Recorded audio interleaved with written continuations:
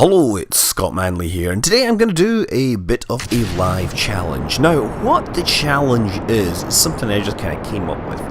The idea is to fly the shortest space mission possible. Now, by shortest, I mean the least amount of time from launch to landing on the mission clock. And by space mission, I mean that you have to actually go to space. So, you have to get to space and then get back to Kerbin as quickly as possible. And so here is a very simple example of what I'm thinking about. So we're using a rocket to more or less fly straight up, because of course that is the fastest way to space. And once we get there, we're going to turn around and come back. So there we got a mission to about 70 something kilometers. There we go. And going straight up, letting gravity slow us down. But you know what? We can probably make sure that we are ready to come back by pointing the rocket downwards. Just checking on the map to make sure I beat 70 kilometers. Point everything straight down. 63, 4, 5, 6, 7, 8, 9, 70 kilometers. We are in space. So it's time for us to head back as quickly as possible to our launch site, and therefore clock in and get home and call it the shortest workday ever. Not that Bill is a work-shy astronaut or anything, but it's just because he wants to get that particular record. Now obviously in the real world you would only go up and you would let gravity pull yourself down, but for maximum speed you want to be coming down as quickly as possible. I wonder actually whether this design will burn out all its fuel before it hits it gets to the ground. Either way, we do have a parachute which should let us get out of this thing relatively unscathed. You never know, it could be kind of dramatic. Okay, 2 kilometers per second, more or less, straight down. We can pretty much rely on the atmosphere to slow us here. Okay, and I'm going to turn that off. Ditch the capsule. Look at that. Brilliant. It is kind of awesome to behold this kind of thing. Now, of course, when the parachute opens below 500 meters, we will then float slowly to the surface. So another part of optimizing this is that we want to open our parachute at the last minute, which means there's a great potential for smashing into the ground at ridiculous speeds. We like that kind of thing in Kerbal challenges, don't we? 1300, 1200, 1100. This is where having Kerbal Engineer could prove useful. It means that you'd be able to bang. Hey, brilliant. Okay, and so that's like just under 358. 358. Now, can we go faster than that? Well, of course, that's what the challenge is. Okay, so how do we optimize this design? Obvious way is to start with bigger boosters so we accelerate faster. That's always a good way. Getting up there is important. Getting up there quickly is especially important. Let's actually make 6 of these just for good measure. Oh, or 8 even. Yeah, 8. That's always better. Now, we have this rocket here. What I could do probably is throw a bunch of this away, and we could probably get rid of those. What we can do is get rid of the separator, or at least move the separator elsewhere, and instead of having rockets instead of turning ourselves around, we can have rockets that add the deceleration built in there. 8 of those? Oh, why doesn't it want to let 8 of those fit in? 6? Does 6 fit? Yeah, 6 fit. I'm not sure. Why can't I fit 8? Yeah, thank you. 8 of those. That's exactly what I wanted. Okay, so we can ditch that. We can put a separator on there, except for this whole thing. We can put the separator on there. Bingo. Try to fit that in somewhere. Oh. This is the fun thing with doing live challenges. Okay, let's rotate it so I can actually see where my attach node is. It's in there somewhere. Why does it... Ah, there it is. No, come on. There. Gosh, such trouble sometimes. Okay, so now we shouldn't need to turn this thing around. Okay, so what do we have? We have the main engine. We have these things here. And we have separator, and we have engines. There's 8 of those engines, which we can fire right away, although we probably don't want to fire them right away. And then we can come homewards. Okay, let's try this. A little bit of design work here just to optimize it. We want to get under 358. 358 is the golden standard now. Okay, so we are ready to go. Fire up stabilizers, fire up the engine, and off we go. So I'm going to double up the speed on this. We have the speed, the power of all those heavy solid rocket boosters there pushing me upwards. And I'm just watching the numbers on the solid fuel go down. I'm going to slow down time just before we ditch these things because it should make things... Ah, there we go. Darn, took too long to dump these things. Another important thing to realise is we probably should make sure we're going over land. I guess you could optimise this by picking a slightly higher piece of land if you were really, really smart. Okay, and that's that engine ditched. Oh, let's ditch that there. And how high are we going to go? We're going to go 103 kilometers. Okay, brilliant. I'm just going to turn this sideways. And actually, I should probably turn it that. Wait a second. Yeah, that way. I should probably point the rocket that way. Fire the engines. Oh, no, don't bump. That's not what I meant to do. Okay, well, I'll send that one back to the drawing board. You know, I think actually the problem is that my main engine should all be around that, so that when I start firing those, I don't have to worry about clearing the wreckage. Let's go back and let's just completely abandon this concept. We've already had enough comedy out of this. Okay, throw that away. And the only engines we have that will be anywhere near good enough for this are perhaps these big external boosters. Now I've got to attach these again by radial decouplers. We can stick 3 of those on. Why not 3? Actually, you know, if you're going to do 3, you might as well do like 6. I know this is a large part, so we know that 6 should be doable. I suspect that's going to explode as soon as it detaches, but that's fine because it means the debris will be cleared. Let's go for it. What have I got to lose other than my respect of the world of people that play Kerbal Space Program? Okay, ready, and throttle up. He can't even see where he is going. He's in the middle. All I can see is giant fuel tanks everywhere. I can see the altimeter though, shooting upwards here. Look at that thing go. Vertical speed is fast. Everything's fast. Vertical speed is fast. Fuel flow is fast. Survivability is low. Okay, so I gotta look at it from this point of view because I gotta know when to stop the engines, I guess. Ooh, and there. X, cut my engines. And I'm now decelerating. Gotta make sure that I continue with enough velocity to get above the atmosphere before my fuel runs out. 77. Am I high enough yet? 35 kilometers. I think I must have enough momentum. Okay, so I'm gonna ditch this stuff. Ready? Ah, totally works. Look at that, beautiful. It is like art in motion, you see? NASA could not do better. Of course, all those things will get spread around to their various landing sites. It's like a MIRV.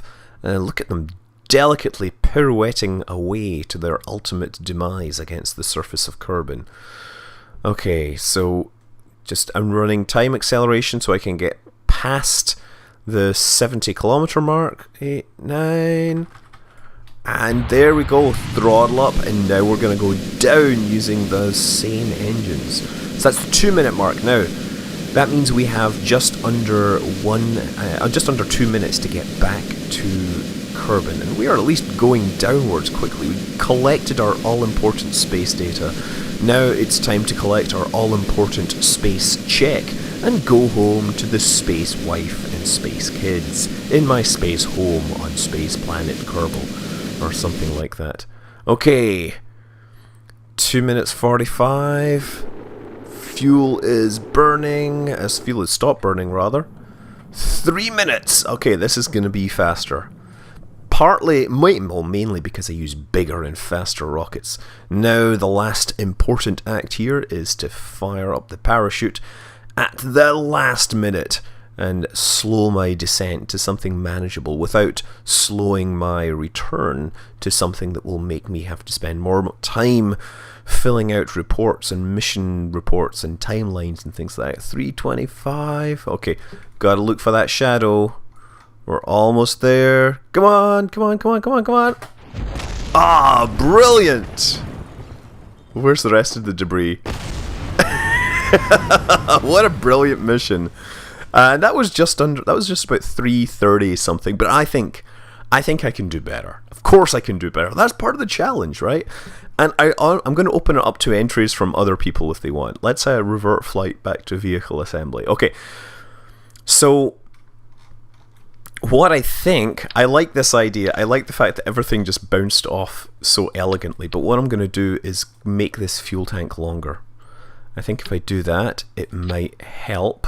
So I can come back faster. Certainly not lacking in thrust to weight ratio here. So 6 of these once again. You know, I wonder. I guess the attachment point is there regardless. So that might make things faster. And then could I do something else? I'm just wondering. What I could do. Here's a crazy plan. Actually, here is a crazy plan. Okay. I think part of the thing is I need more thrust to weight ratio here. So what I should really be doing is having these solid rocket boosters pointing downwards or pointing upwards, right? So this will be my kind of initial arrestor system to slow me down. There we go. And then that's the rest of the system. And around that, I'm going to add a couple of big engines. These ones are nice, but they're not big enough. I think we have to go bigger. I think we have to go as big as the game will let us. Ooh, that looks good. I'm liking how this is looking in a kind of bizarre way. Okay, so solid rocket boosters not going to be on there. We're going to make sure everything fires in sequence. So we have this has to be on its own stage. That has to be there. Okay, wait a second. Move these onto separate stages. So that is ditch the main rockets. Then there's a button to fire these and fire these engines. And then there's a button to ditch those, and there's a button for the parachute. Okay, we are set for our epic shortest mission ever. Shortest space mission. The important thing is you have to go to space. That's what makes it hard. You have to get up there as quickly as possible. Now, the other thing I've been doing, which I could work on, is I'm kind of just going up to 70 and falling back down. I should just keep the engines going and then try to decelerate as quickly as possible as well. So keep accelerating until I get faster and faster, and then start firing these engines to immediately begin slowing my acceleration. So I should just let my velocity go up, up, up, up, up, and not bother about ditching these rockets at all. Okay. Not sure the acceleration on this is as fast as I would like. Oh, darn, time acceleration hits again. Okay. Let's revert flight to launch. I'm getting I'm getting a little bit antsy here. Okay, let's try that once again. No time acceleration this time. Nope, you're just going to get the pure unfiltered experience of Bob Kerman riding this bizarre rocket. Feeling 2G's acceleration right now. That's not altogether too bad, to be honest. I like how the forces of this thing and those terrible cheap decouplers which I've used to keep them far from the body are bending the spacecraft out of shape. We're generating 6,400 kilonewtons of thrust upwards. Our engines are almost overheating. And so far, we're in the 12-kilometer mark. That is not necessarily the fastest launch, but perhaps I am confused because I've done all the previous launches under the power of time acceleration. Okay, 5 kilometers. How am I going to do it? I wonder how fast I should go before I ditch this stuff. 20 kilometers, and we're definitely above the atmosphere, but the point is we're still going to be going really fast when we tell it to stop. There we go. 300, and you know what? I'm going to ditch. Oh, darn. Once again. Oops. At least he's got a parachute. He'll survive this. Okay, revert to launch. Once again, let's try this. Note to self, ditch... cut the power before we run out of fuel. I'm going to do that. I'm going to cut the power before we run out of fuel. Oh dear, the comedy of errors. You see, this is what happens with the live challenges. Nothing quite works. This is not how NASA does it, right? They don't put a bunch of people in a room and say build a rocket, and then that's their space program. It would be fun to see if that happens there. Maybe some prizes that might come out of this might fit their, you know, faster, cheaper, spread over a wider area program, right? Okay, watch the altitude increase once again. Maybe the Russians did that, I don't honestly know. It does certainly seem that there have been a bunch of crazy ideas that can only have come from overworked engineers getting given a lot of money and asked to come up with awesome ideas for the space program. You know, I always like to point out about the lunar escape system and man out of space easily. That's those are two classic Kerbal inspired designs if ever I saw them. Okay, let's throttle back now. I'm gonna throttle down and just ditch this. Okay, how are we doing? We're going really fast upwards. Okay, so now I'm going to start decelerating at about here. Sure, that should work. We should be able to decelerate before we hit 70 kilometers. Okay, so the problem is we got to judge this perfectly. We've now reached the 70 kilometers pretty quickly. The trick is we're going too fast, actually. Oh, and you know what? I should fire up those engines as well. Yeah, I'm burning fuel decelerating. If I had done this earlier, I might have turned around faster. Okay, so now we've turned around. It's the 150 mark. The question is, will we get to the surface faster this way? We are time to beat, I guess, is about 3:30 something. I didn't actually look, which is slightly problematic. Okay, and I can actually fire up time acceleration here now, since this is a far more stable and less likely to disintegrate piece of hardware. Okay, falling downward at 2 kilometers per second. Good thing that atmosphere is hard. Okay, 237. Will we beat the 3-minute mark? Who knows? But you know that even if we do, there is room to optimize this thing. Okay, come on. We're still gonna land near the space center, so at least we'll recover this for maximum profit or whatever. 254. Come on. No, okay. The atmosphere here is really slowing me down. It would be nice to have some like jet engines pushing me downwards for this last section, just to make sure I continue to go in as quickly as possible. Ah, brilliant! Oh no, he died! He died!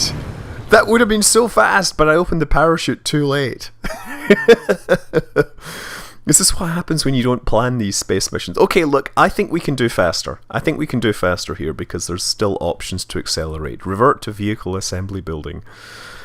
Okay, so how can I do faster? Well, first thing, let's actually get rid of this and replace it with the lighter capsule, right? Okay, so we're going to put on the Mark II lander can, and for parachutes, we're going to have these radial parachutes. I'm just thinking, like, if I have an engine, a jet engine, you want it to be on the middle because you want it to fire up when it's totally, you want it in the middle so that it doesn't go asymmetric and spin you out of control. But all the same, just trying to think what to do here. Okay, well, we definitely want radial parachutes wherever those are. Yes, we want radial parachutes. And we can put like a jet engine on here. Where is it? We'll put like a separator. That's what we'll do. We'll put a stack separator on. Stack separator. Or stack decoupler. It doesn't matter what side that's on. We'll put a tiny... the idea is this will have a jet engine to slow me down. Or to, sorry, speed me up through the last moments in the atmosphere to make sure that I don't end up going down too quickly. See, optimizing the design for the regimes available to me. Okay, there we go. That's that. And of course we can fit some radial decoupler thingies into this. Or not radial decoupler, radial well, yeah, we need radial parachutes because we want to make sure it slows down. That works. Okay, so that'll fire. And we're going to need air intakes as well. Maybe I should lengthen this just a bit. Uh-oh. Yeah, we'll get some room for that so we can put in our air intakes. And since this is going to be detaching seconds before I reach the surface, I'm going to put a little like Sepatrons on here. The idea is that those will push the thing off in its own direction and we will be safe. Where are my Sepatrons? My Sepatrons of power. Okay, there we go. And we want to turn... Oh no, wait a second. If I do that symmetrically, it's not going to work. Got to put these on without symmetry so that I can turn them. I'm going to do like that. And on the other side... come on, come on, come on. Yeah, that'll work. So that thing should shoot off at the last minute. Okay, so we need some decoupler, not some decouplers, we need some air intakes here. Brilliant. Okay. We've got to make sure these things actually catch the air and decouple. That's very important. And we want this thing to fire up early before it's really deep inside the atmosphere. Okay, so the next thing we want is this rocket here, which I think we've definitely agreed upon as it's good to have these little radial engines here. So I'm going to do that. Although maybe I should put some of these cubic octagonal struts just to move the thing away from the rocket. I'm not sure if the collision mesh will be right, but I don't want those things not working in the face of sheer power. There, I think that'll work. Let's actually just check our staging here. We've got a stage that needs to fire at the last minute. So that stage needs to fire these parachutes and these decouplers. Not these decouplers, these things. They'll all fire at the same time, basically. I just want to make sure... These Sepatrons, the main purpose of these is to make sure it doesn't hit this thing and destroy it, right? Okay, and then seconds later... Okay, so before this fires, we're going to have these engines firing. In fact, this engine is going to fire... You know what? I could just fire up this engine at the same time as I fire these ones up, because it's not going to actually start working until we're deep inside the atmosphere. Okay, so... So yeah, and then we have a pair of parachutes that open at the last minute. Okay, now the trick is getting this contraption up to altitude. You know what, I think actually, now I think about it, I'm going to need more of these. Can I do that? Yeah, that should work. That should totally work. So I'm going to double my acceleration early on in the atmosphere. And then we'll put some more fuel here. And because we've got all this extra mass, we're definitely going to have to think in terms of building out, modular girder segment type things. Here, that's what I'll do. Put a couple of these in. Oh yeah, this is totally looking like it's for the win. Or at least for the destruction of something awesome. Yeah, same here. Couple of these. Might have to actually use struts on this design, to be honest. This is looking a little heavy. Okay, so Rockimax solid rocket boosters pointing downwards. More. Oh, that is not what I had in mind, sir. There we go. I'm not sure how that decision is taken sometimes, but I want to make sure it makes the right decision. We should probably put some struts on this. Strut. From there to there, and just hold this thing from, you know, pushing against. Okay, so these two, they have to fire on. Actually, these can fire at the same time as all those engines again, but the separator needs to happen here, and then this separator needs to happen before we fire those engines. Okay, and then we're going to need some really big engines on the side here, and I think we've established that we're going to need more power here than I was originally getting. So perhaps the way to go is, we'll go with these Kerbidine engines. Oh, we get like 8-way symmetry, not what we want. And again, hit that. Oh, there we go. Except I'm going to need more power than that, because there's not really... I'm struggling early on in the atmosphere and could use more thrust. How best to deliver that? Well, I guess I could just take these things and double them up, right? Let's do that. Oh yes, I see a great future. You have a great future, young man. If you can hold yourself together while thrusting at maximum speed, then you will be a man, my son. Okay, this is definitely destined for greatness. And then connect this up here. Oh, look at that. How can that not be a thing of beauty? This is just bizarre. This is totally going to fall apart, you know. Okay, and we'll put some struts between these to try and hold it together. Okay, so these engines, where are we? These, why are these things on that stage? Those should be down the bottom. Come on down here, chaps. We're gonna ditch you first. Oh, don't worry, it's just a few hundred, it'll just be 100 kilometers, so at least when the speed you're going at, you unfortunately will continue upwards. Okay, this is my final challenger, I think. This is the... Assuming the staging is right here. Let's go. Oh, there, look. The power of those struts being held, or holding those rockets in place. Struts are winning. Let's actually just turn myself ever so slightly to the east. Look at this thing go. Oh, yes, 128 million newtons of thrust. Or, wait, sorry, it's not 128. Yeah, no, 32, yeah. That's pretty good. 12,800 kilonewtons, or 12.8 meganewtons. These are nice big numbers. Look at it. Okay, I'm just wondering if my vertical speed is... I'm just wondering when I should actually start firing these, ditching these things, let's say. And I'm not using time acceleration because we just know that that leads to pain and agony. And this is my last run before I hand it off to the rest of the world and ask them to do better. Okay, you know what? I'm gonna ditch this. And I probably should have done that while spinning, shouldn't I? Uh-oh, this may not work quite as well as I expected. Okay, you know what? I'm gonna do this. And then... Oh, shoot! Okay, that didn't work.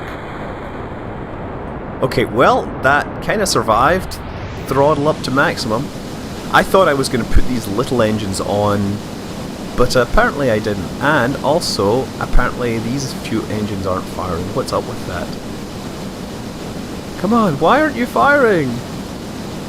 You're not helping me go down.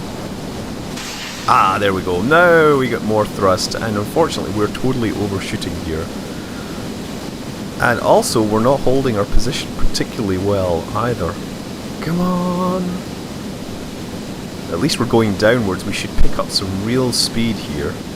This will be interesting. I wonder if how the jet engine will work, to be honest. That is the real untested technology here.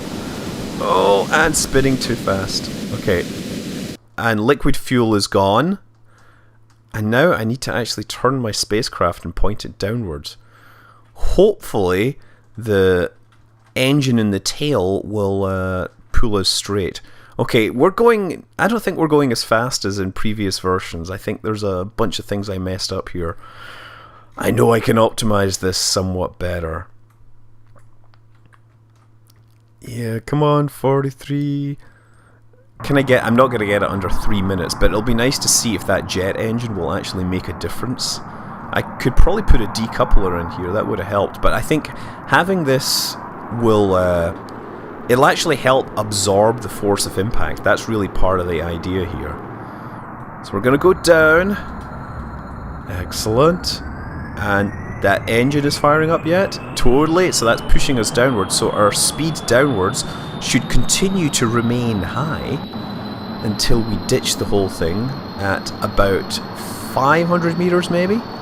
We're going a little faster, but we're not going that much faster that it's worth necessarily all that extra mass slowing us down. Okay, 900, 800, 700, and... oh, darn, opened that a little early. All the same, I think that was somewhat successful and could be optimized. Yeah, ended up being slower. But still, it was more spectacular. So, prizes are... oh, yes. Oh, look at it go. I think that was actually a pretty good piece of technology. It just doesn't really develop enough thrust. Maybe I need to have, like... instead of that, just have a solid rocket booster that pushes me through the last section of the atmosphere or something. Or just a straight up. Maybe just have more fuel in that stage. Okay, so... I've managed to get this down to like 330. I might have a better version of this.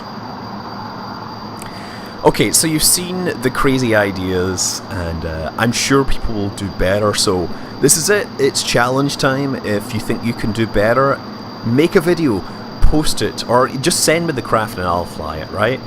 I'm Scott Manley. Fly safe.